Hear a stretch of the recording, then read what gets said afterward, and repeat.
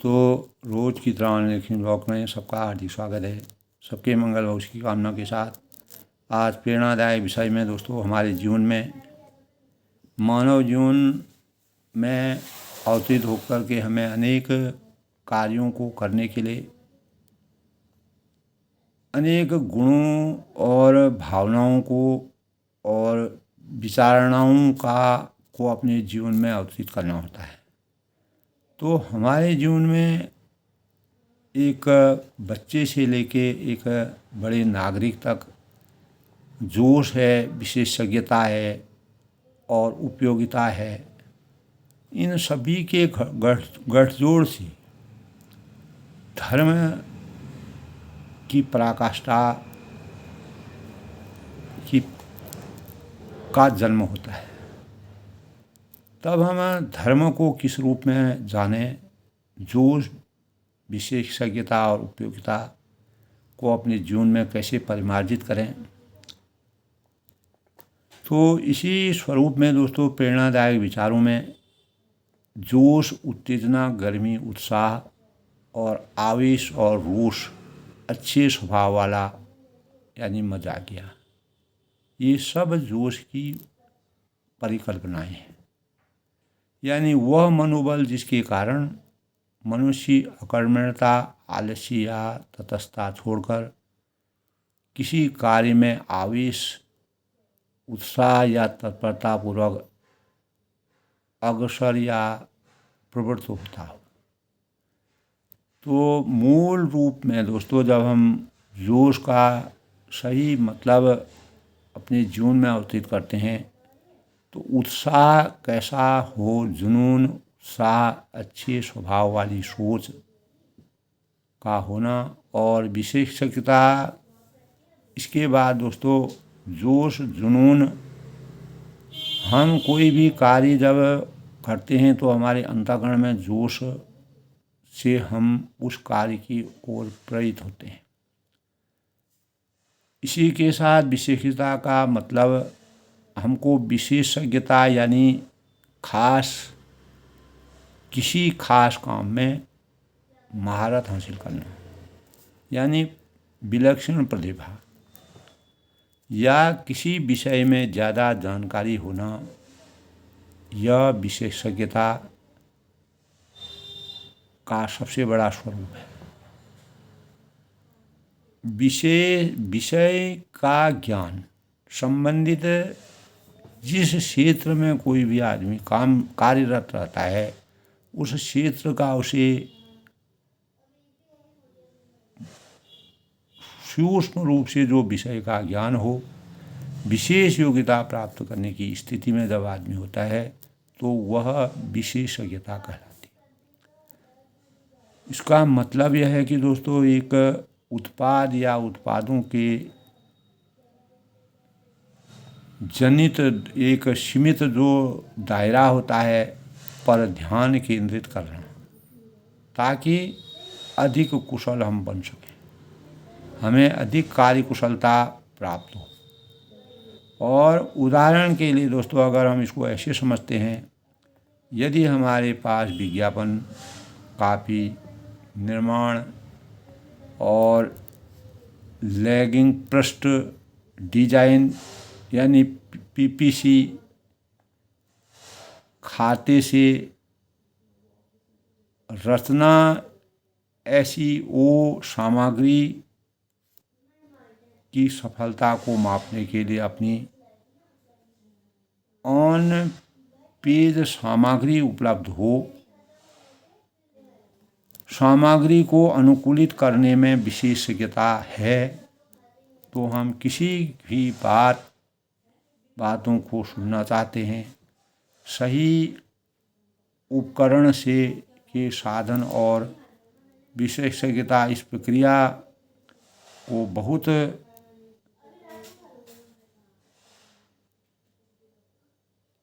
आसान बना सकते हैं, सरल बना सकते हैं। तो दोस्तों विशेषज्ञ का सही मतलब है कि वह जिसे किसी विषय का संपूर्ण ज्ञान हो और किसी अध्ययन या कर्म कार्य को एक विशेष क्षेत्र में जिसकी पूर्ण रूप से उसमें उसकी कार्यकुशलता हो और किसी विशेष क्षेत्र तक सीमित करना, किसी भी सेवा में माहिर होना, महान ज्ञान अनुभव को विशेषज्ञता का अनुभवी कहा जाता है। अगर हम इसके बाद विशेषज्ञता के बाद अगर उपयोगिता, तीसरा जो बिंदु है उपयोगिता है का अर्थ है कि अवधारणा। यह किसी व्यक्ति की वस्तुओं के उपभोग से मिलने वाली संतुष्टि का मापन है। और उपयोगिता मुख्य रूप से दोस्तों 4 प्रकार की होती है। रूप की उपयोगिता, स्थान की उपयोगिता, समय की उपयोगिता और स्वामित्व की उपयोगिता। तो इन उपयोगिताओं को जो कोई मानव भी अगर अपने इन उपयोगिताओं में से कोई भी एक मानव के अंदर अवतीत होती है तो उसका किस प्रकार से समुचित ढंग से प्रयोग करें। तो जेरेमी बेंथस ने दोस्तों एक अंग्रेजी जो दार्शनिक थे, एक पुस्तक में मैंने पढ़ा था, उन्होंने न्यायविद व समाज प्रचारक के रूप में के जनक कहे जाते थे, जिन्हें आज भी आधुनिकता के उपयोग के क्षेत्र में किसी वस्तु या सेवा के उपयोग के प्राप्त होने वाले व्यापक कार्यों को संदर्भित करने के लिए, मूल्यों के निर्धारण के लिए, उपयोगिता को निर्धारित करने का मानक या मूल कहा गया है, जनक कहा गया है। तो उन्होंने दोस्तों उपयोगिता को हमारे मानव जीवन में किस प्रकार से हम कैसे दार्शनिक न्यायविद व सफल यानी प्रचारक के रूप में जिन्हें आज भी आधुनिक जगत में भी उपयोगिता यानी उपयोगिता के बाद का जो जनक माना जाता है। तो उन्होंने अपनी उपयोगिता के संदर्भ में मानव जीवन को ऐसी प्रेरणा जागृत की। तो अंततः दोस्तों हमारे जीवन में यानी धर्म का पंथ सबसे जोश है, उसके बाद विशेषज्ञता है, उसके बाद उपयोगिता है और अंततो गत्वा पराकाष्ठा है। यानी धर्म का पंथ क्या है, रास्ता क्या है, किसी एक या अधिक पारलौकिक शक्ति में, इसको गूढ़ रूप से समझने की जरूरत है दोस्तों। और इन तीनों के गठजोड़ से हमारा जोश और उपयोगिता और उपलब्धता, तो इन किसी भी एक अधिक पारलौकिक शक्ति में विश्वास और उसके साथ जो जुड़ी हुई जो रीति रिवाज, परंपरा, पूजा पद्धति हम करते हैं, दर्शन का समूह इनको माना जाता है। धर्म की सही परिभाषा को धारण करना ही धर्म कहलाता है। यानी पृथ्वी समस्त प्राणियों को अपने ऊपर धारण की हुई है। इस भारत माँ, इस पूरे पृथ्वी मंडल में इस प्रकार की शक्ति है, वह पूरे पृथ्वी मंडल को अपने ऊपर धारण की हुई है, वही धर्म है। तो जो सभी को अपने ऊपर धारण करने की शक्ति रखता है उसी को धर्म कहते हैं। तो धारण करने की क्षमता धर्म है, जिसमें किसी भी भारी से भारी शक्ति को अपने ऊपर धारण करने की क्षमता होती है, वही धर्म की सही कसौटी है। तभी कहा गया है दोस्तों, वही धर्म है, यानी धार्येतु इति धर्म। जो धारण करने की क्षमता कोई भी मानव है अपने जीवन में कितना चीज़ों को अपने ऊपर रख करके अपने जीवन को चरितार्थ करना चाहता है, वही धर्म की सबसे बड़ी पराकाष्ठा है। यद्यपि आज के जीवन में धर्म का अर्थ कुछ और बताया गया है, लेकिन जो हमारे शास्त्रों की मर्यादा है उसके अनुसार धर्म जो है वही धर्म है। धारित इति धर्म, जो धारण हम करते हैं, और सनातन धर्म को सबसे प्रबल माना गया है, जिसमें सभी प्रकार के मानवों की रक्षा के भावों की सूचिता है। और धर्म की धुरी मर्यादा पुरुषोत्तम भगवान रामचंद्र जी थे, जिन्होंने किसी प्रकार के भी जाति भेद भाव आदि से अपने जीवन को विरत रहने के कार्य किए।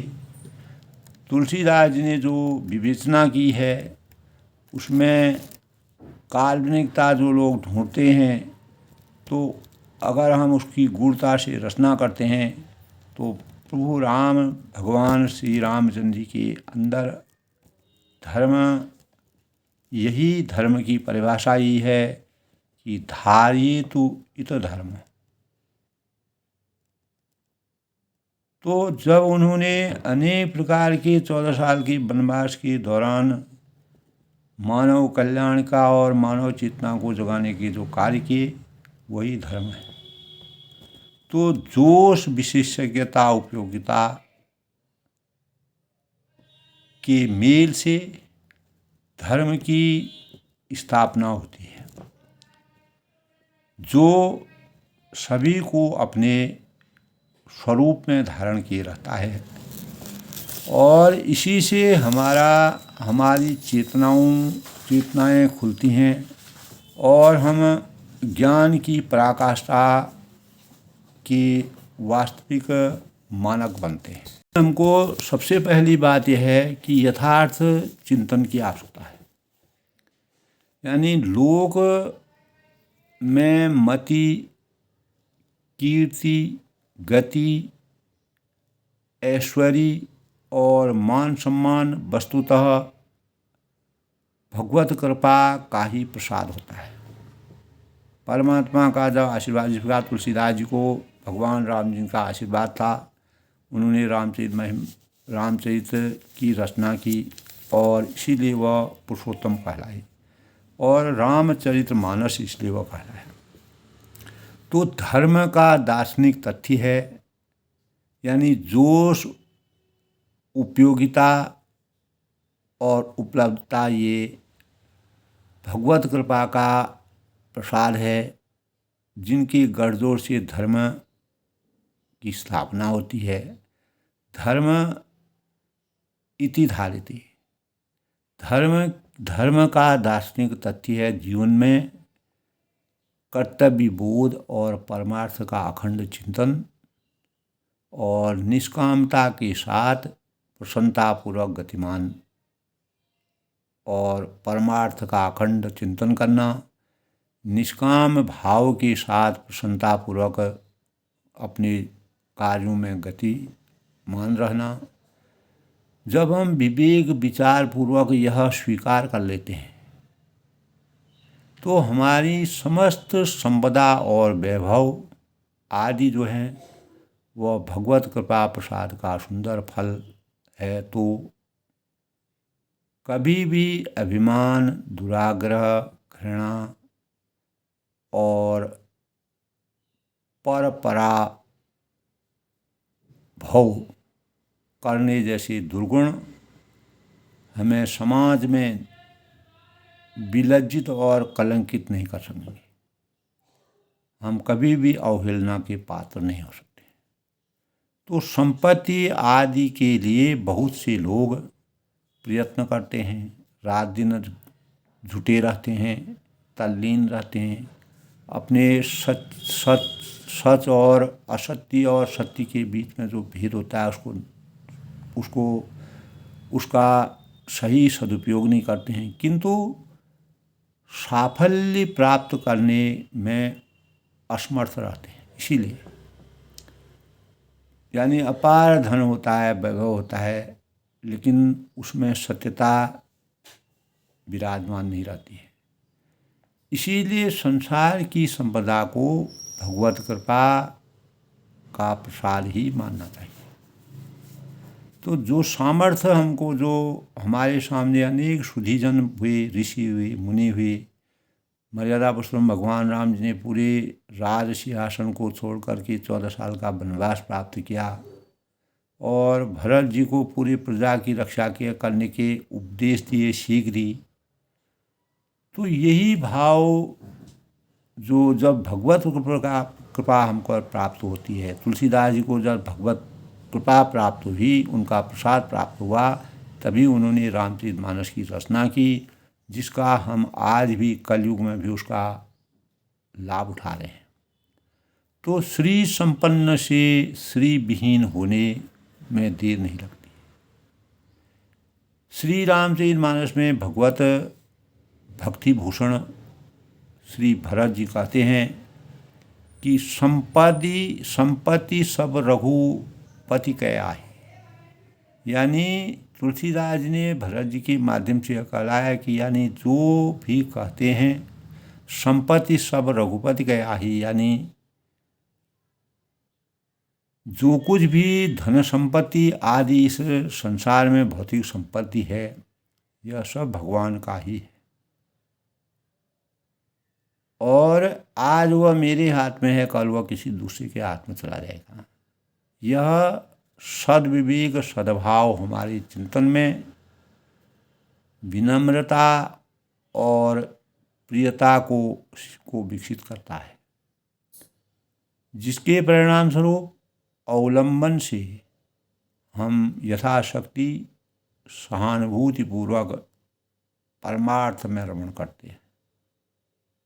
दोस्तों, अकर्मण्यता और कुसंगति जो है वह परमार्थ में रमण, यानी कुसंग के प्रभाव से समाज में कपटी और मायाई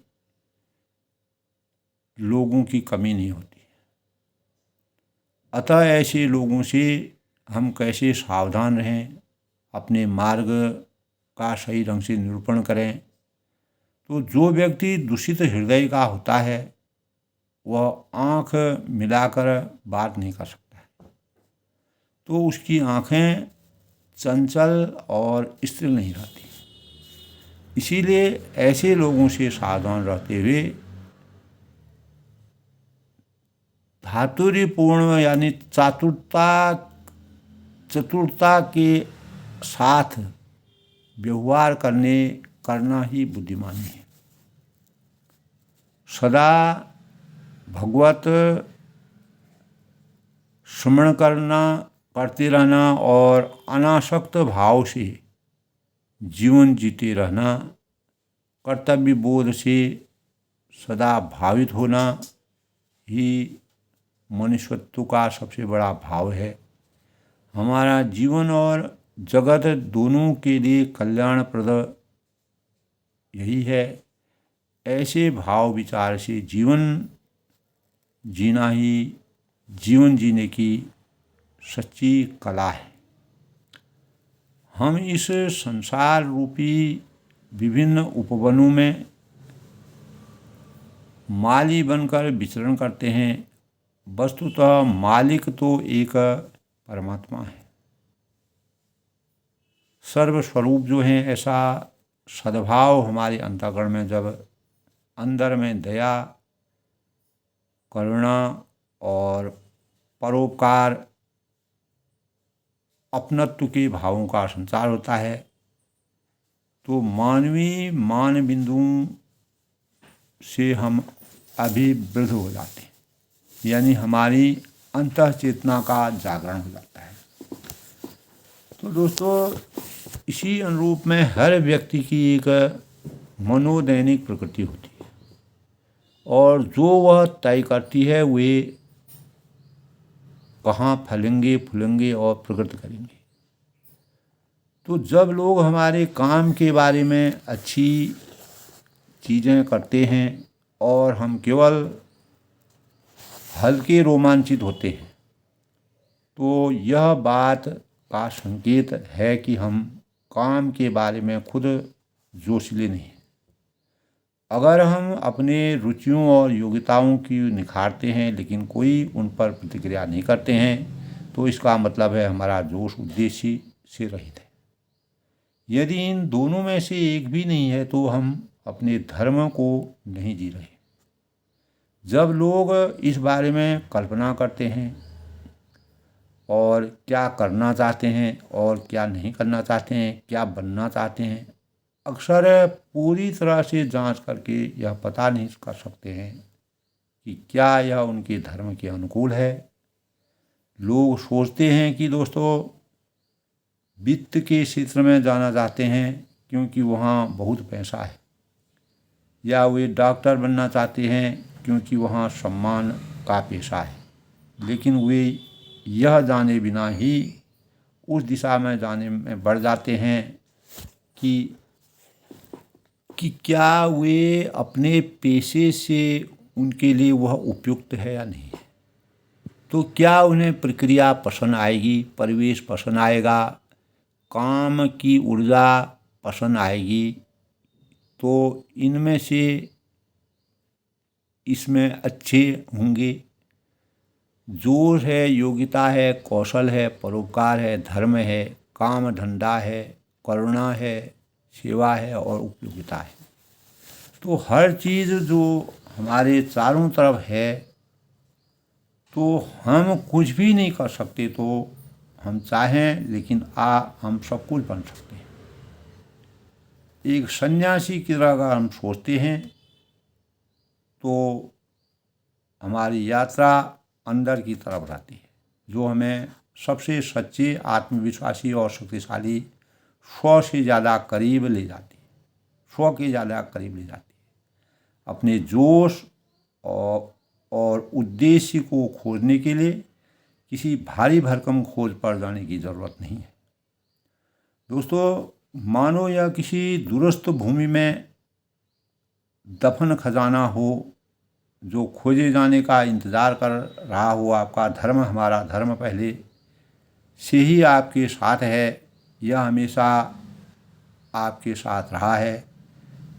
हमारे अस्तित्व में यह बुना हुआ है कि यदि हम अपने दिमाग को खुला और उत्सुक रखते हैं तो हमारा धर्म अपनी घोषणा कर देता है।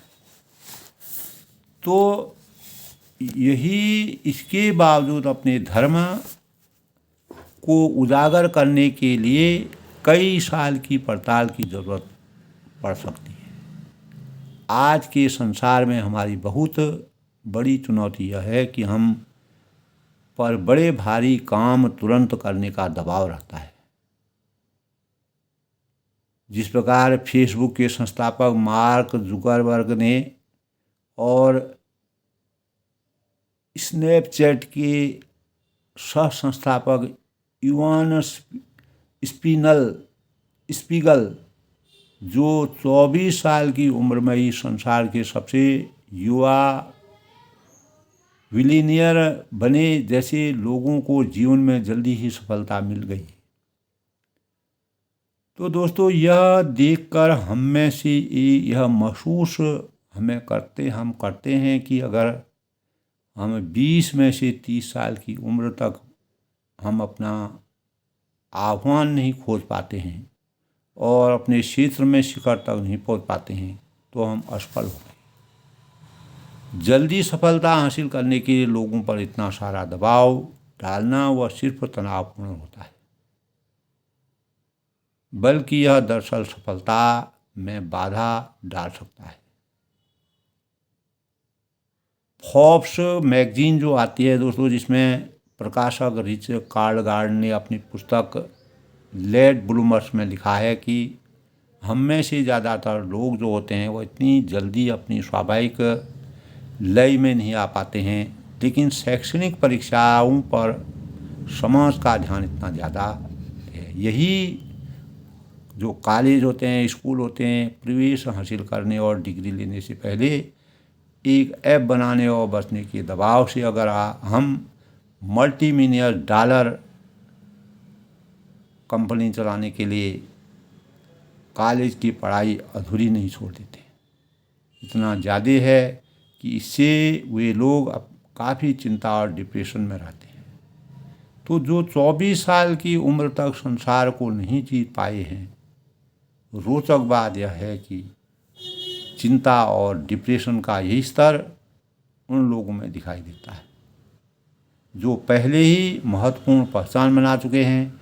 जिन लोगों ने जल्दी सफलता पाई है उनमें से कई प्रदर्शन से उसी स्तर को कायम रखने के लिए ज़बरदस्त दबाव महसूस करते हैं। तो बहुत सारे ज़बरदस्त सफल लोगों ने जीवन में बाद में सफलता हासिल की है और ध्यान यह देना है दोस्तों आज के परिवेश में कि स्व जागरूकता विकसित करें, अपनी शक्तियों को पोषण दें और अपने राह स्वयं खोजें। एक बार जब हम और आप अपना धर्म खोज लेंगे तो फिर इसका अनुसरण करने लगेंगे। तो भगवद गीता भी कहती है कि दोस्तों किसी दूसरे के धर्म का पालन पूरी तरह से करने के बजाय अपने खुद के धर्म का पालन अधूरी तरह से करना बेहतर है। तो ऐसे भाव हमारे लिए सृजित हैं। तो हमारा समाज दोस्तों हमारी शक्तियों का लाभ लेने के बजाय हमारी कमजोरियों को मजबूत बनाने का ध्यान केंद्रित करता है। एक विद्यालय में अगर आपको 3 विषयों में ए ग्रेड मिलता है और एक में डी ग्रेड मिलता है तो आपके आसपास के सभी वयस्क उस डी पर ध्यान केंद्रित करते हैं। स्कूल में हमारे ग्रेड मानक टेस्ट के स्कोर प्रदर्शन और समीक्षाएं यहाँ तक कि खुद को सुधारने की कोशिशें भी हमारी कमियों को रेखांकित करती हैं। यह प्रायः दोस्तों आज के परिवेश में दिखाई देता है और हमें उन्हें सुधारने के लिए प्रेरित करती है। लेकिन अगर हम उन कमियों को अपनी असफलता मानने के बजाय किसी दूसरे का धर्म मान लें तो निश्चित है स्व की सीमा में विश्वास हमें खोलता है और दूसरों की प्रतिभाओं में विश्वास हमें सुरक्षित बनाता है। तो हमें यह एहसास होता है कि हमें हर चीज़ नहीं करनी है, हम हर चीज़ नहीं कर सकते हैं। मैं और हमने यह कर सकते हैं वह किसी दूसरे की प्रतिभा या जिम्मेदारी है। हर एक व्यक्ति को अपने कर्तव्य निर्वहन के लिए इस संसार में पैदा किया है। तो हमारी सीमाएं दूसरे लोगों की प्रतिभाओं के लिए जगह बनाती है। तो हमारी कमजोरियों पर ध्यान केंद्रित करने के बजाय हम अपनी शक्तियों पर केंद्रित हमें होना चाहिए और उन्हें अपने जीवन के केंद्र में लाने के तरीके खोजने चाहिए। तो दोस्तों दूसरी चेतावनी स्कूल के बुरे ग्रेड का मतलब यह नहीं है कि हम और आप उस विषय को पूरी तरह से छोड़ दें। हमें कमजोरी और अनुभव की कमी में फर्क करने की सावधानी रखनी चाहिए। उनमें से कुछ लोग अपने धर्म से बाहर इसलिए जाते हैं अपने धर्म क्योंकि उन्हें यह पता ही नहीं है कि वह कर क्या रहे हैं। विकल्पों को खारिज करने से पहले व्यापक प्रयोग करना महत्वपूर्ण है और इस तरह की ज़्यादातर प्रयोग हमारे जीवन में ज़्यादातर स्कूल और दूसरी जगह पर की जाती हैं या जब हम बहुत छोटे होते हैं, जब विद्यार्थी छोटा होता है।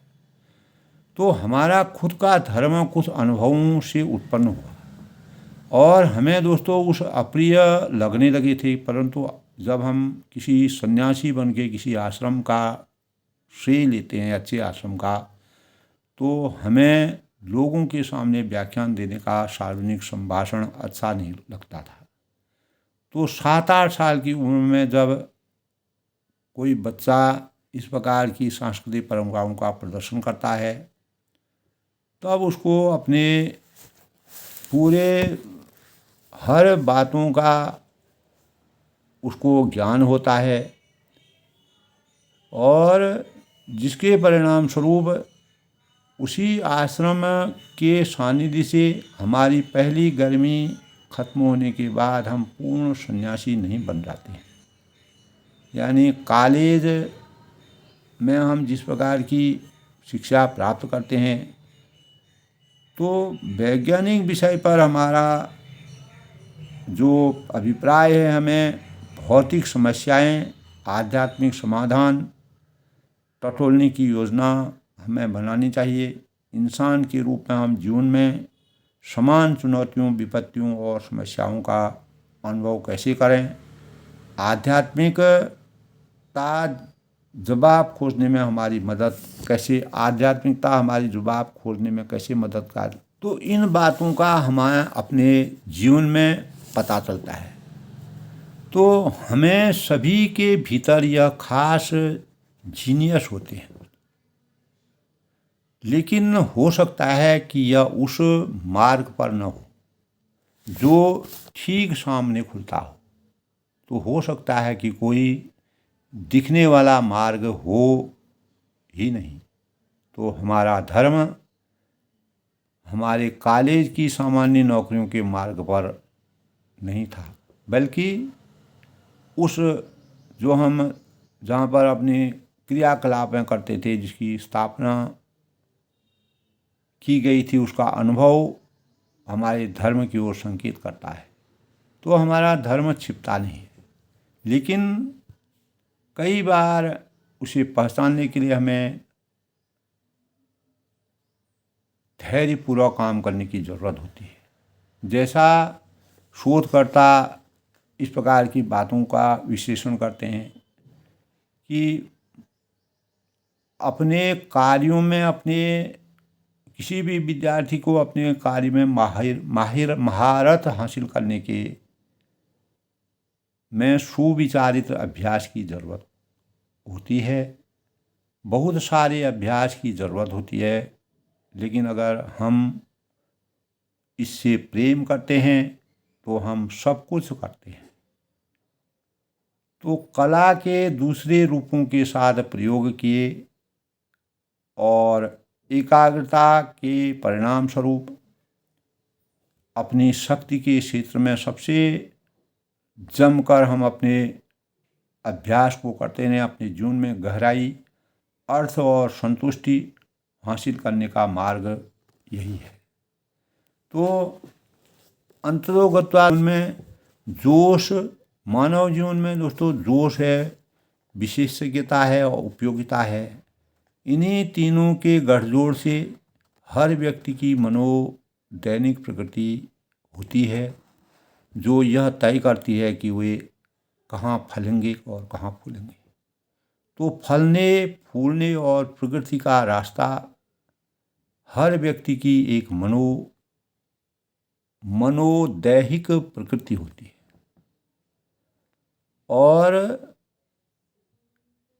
स्वाभाविक रुझान का इस्तेमाल करते हुए दूसरों की सेवा के लिए हम जितना समर्पण करते हैं, तो हमें जोश, विशेषज्ञता, उपयोगिता के परिणाम स्वरूप जो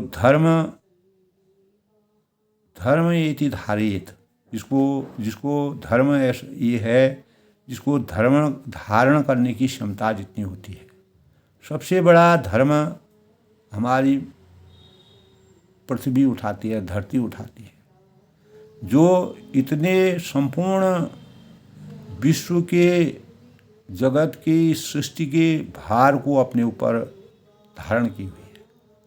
तो हमें अनेक प्रकार के जो धर्म, जाति, प्रथा वगैरह है, उससे दूर हटके धर्म इति धारणेत अपनी जो धरती है, धरती में जो धारण करने की जो क्षमता होती है, उसी धर्म को सर्वोपरि मानना चाहिए। तभी हम एक गौरवशाली, प्रभावशाली, मेधावान और मेधावी व्यक्तित्व की कल्पना कर सकते हैं।